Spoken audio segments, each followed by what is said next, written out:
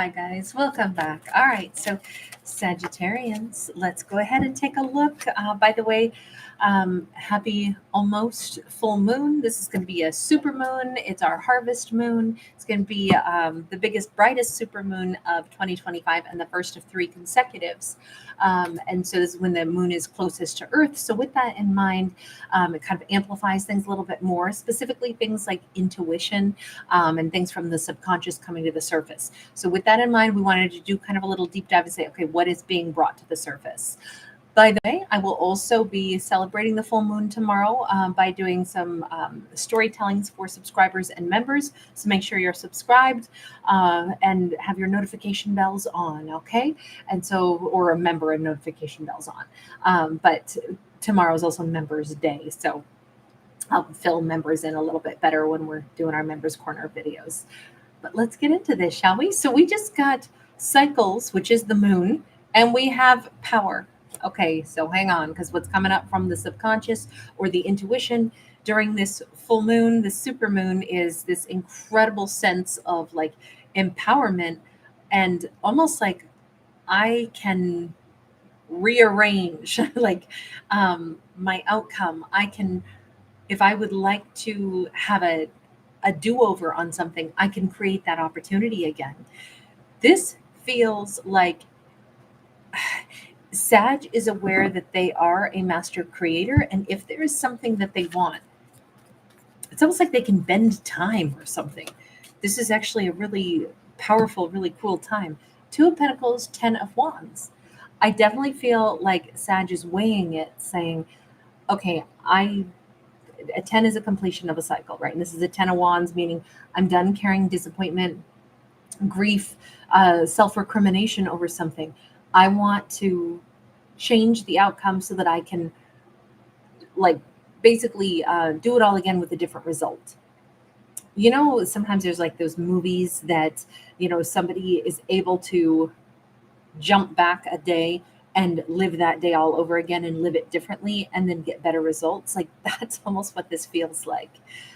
I have the power to not have to carry this burden anymore. I have the power to balance things out and choose a different behavior and then get a different outcome.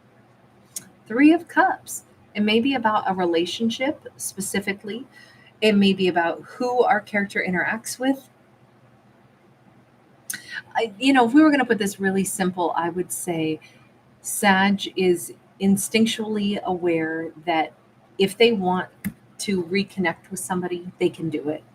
And it could work out so much better. It could be softer, kinder, gentler. Let's say this has nothing to do with love.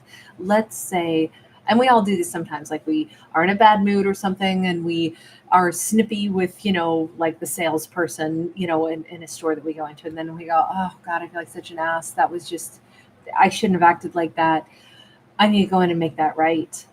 And it's like, okay, tomorrow I'm going to go back in there and I'm actually going to address it and be like, I'm sorry, I was not at my best yesterday. Sorry, you got the worst of me. Here's, a $5 gift card to go get a cup of coffee on me. Sorry about my behavior.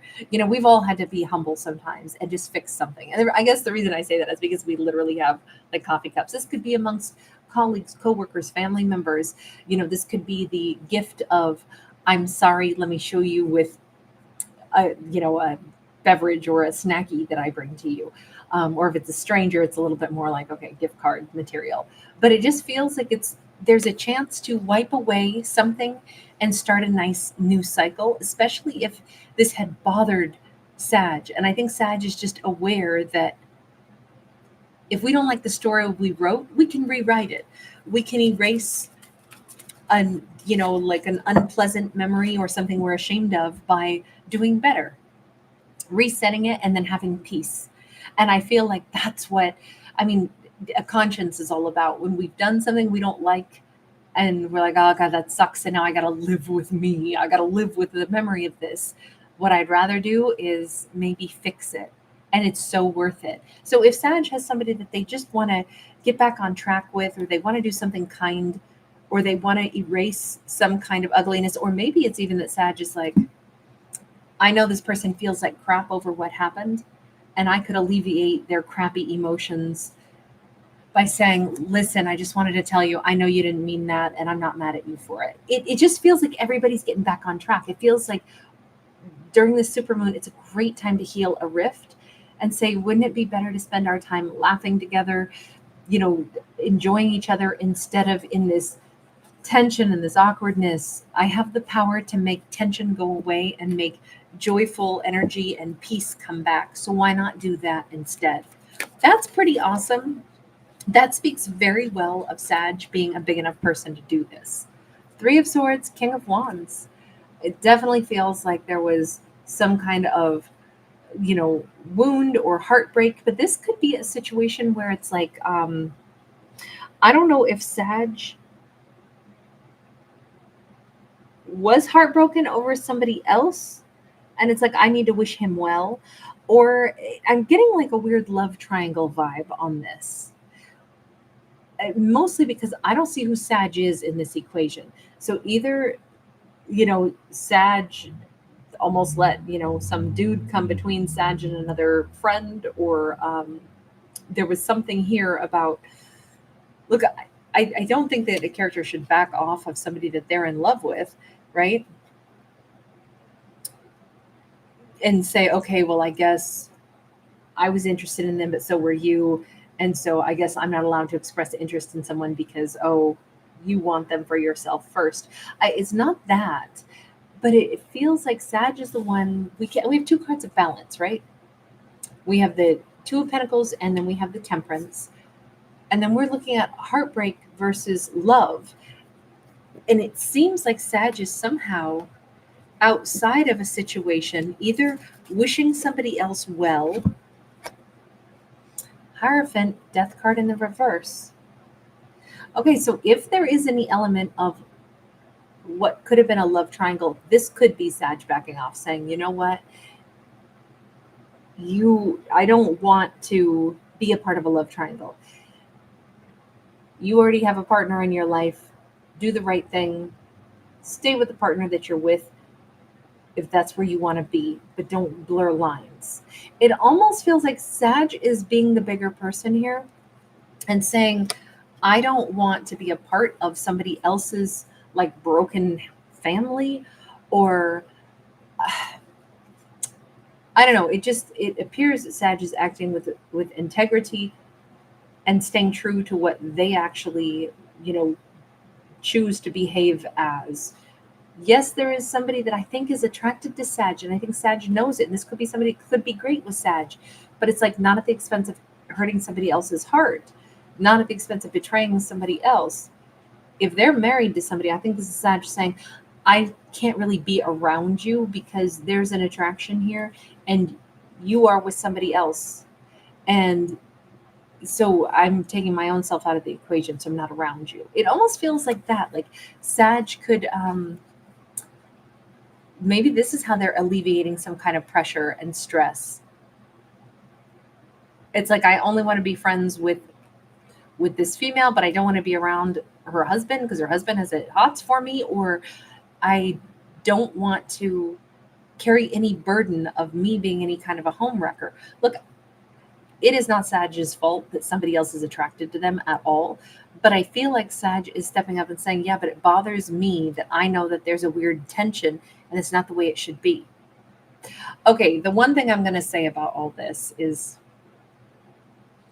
if we have a situation where there's a couple and Sag is not like Sag is the third party exactly, but if in this couple that exists, they're mismatched and this person would be a better match with Sag, then I would still argue that I mean, I think it's great that Sag is saying, well, unless you're not with that person, you can't be making googly eyes at me. I can see why Sag would still want to remove themselves from the equation. But at the same time, it's not like it's Sag's decision to say, you need to stay married to the person that you're with, whether or not they're the right match for you or not. You can't care about me because you're already somewhere else. I mean, that's for them to decide, right?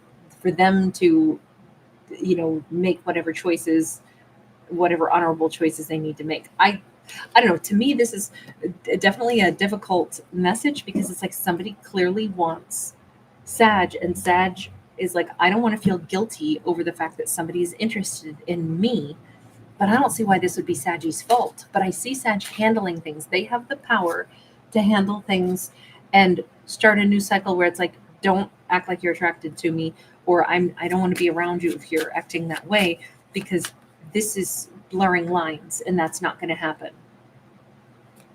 That's what it feels like to me, is deep down, Sag is like, I know this person is attracted to me.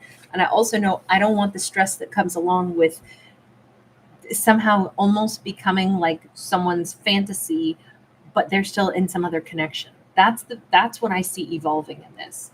We have a 10 of Swords, we have a 6 of Wands. And it kind of looks like Sag is saying, that's my answer. I don't have to be sucked in and starting to feel guilt over someone else's behavior or their fantasies about me, because I did the appropriate thing by hitting a reset button and saying, no more of that. Thank you very much. Friends only, or Sag might only be spending more time with friends. Like if it's a work environment or something, it's like Sag is saying, I'm going to start hanging out with all of my female coworkers and not let myself end up, going out to lunch with a male coworker if I know there's some undercurrent between us, but they're in some connection, then they need to stay in that connection and not be trying to, step across a line with me. All of that feels like it's just going to alleviate a lot of pressure off of Sag. But because this is a complicated story, and forgive me, this is just the message that we got. I go with whatever storyline we see, good, bad, or ugly. This to me looks like if Sag is putting up a bit of a boundary and they're feeling better about it, and they're saying, you know what, there, I did it. I don't have to deal with this. I don't have to take responsibility for how somebody else feels about me. But I can also put up a little bit of like a boundary and say, yeah, there's certain things I won't be doing with that person anymore. I don't want to be, like I say, going out to lunch with them or in the midst of a connection where basically there's an energetic third party vibe going on. I want to look at them for just a second, because we have them as a King of Wands again. We have a 4 of Pentacles and we have the 2 of Pentacles.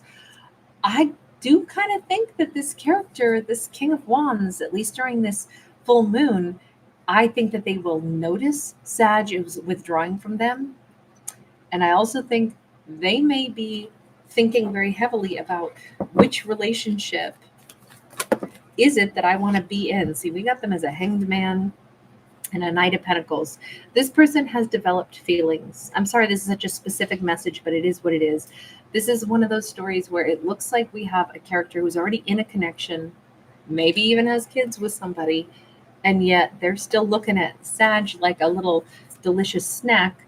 And they're saying, like, I can feel Sag withdrawing from me, staying out of my world, out of my life, because there's been an undercurrent of attraction here. I don't know what I want to do, though, but I'm definitely seeing Sag won't let me have anything to do with them when I'm being Captain Indecisive, right? I'm unclear on what I'm going to do. It's going to take me a long time to figure out what to do.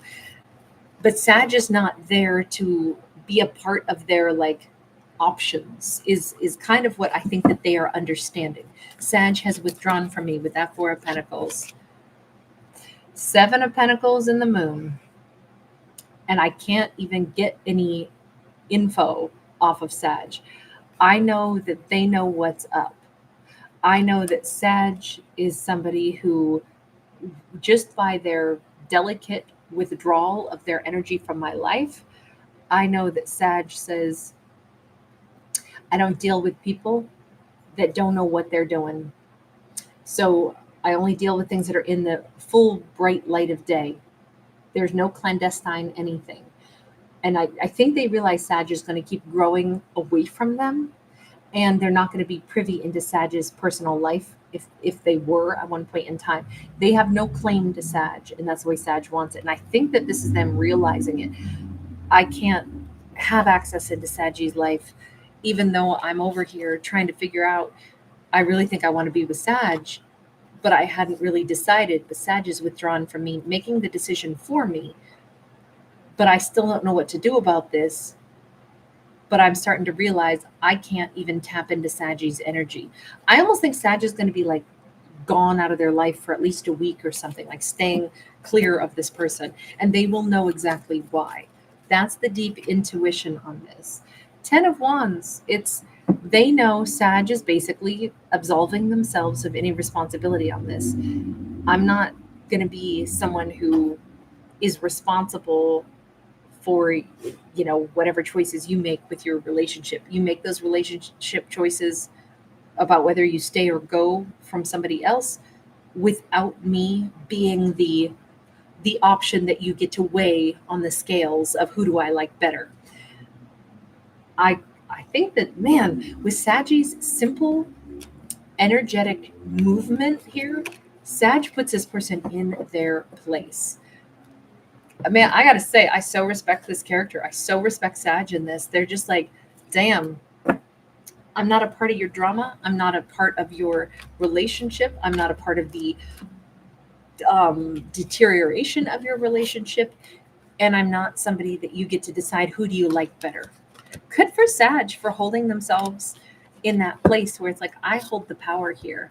I'm nobody's option, and I'm no homewrecker, and I'm not that Sag should be a homewrecker anyway. I don't mean it that way, but I just feel like Sag is really showing their, like, here's how people will approach me.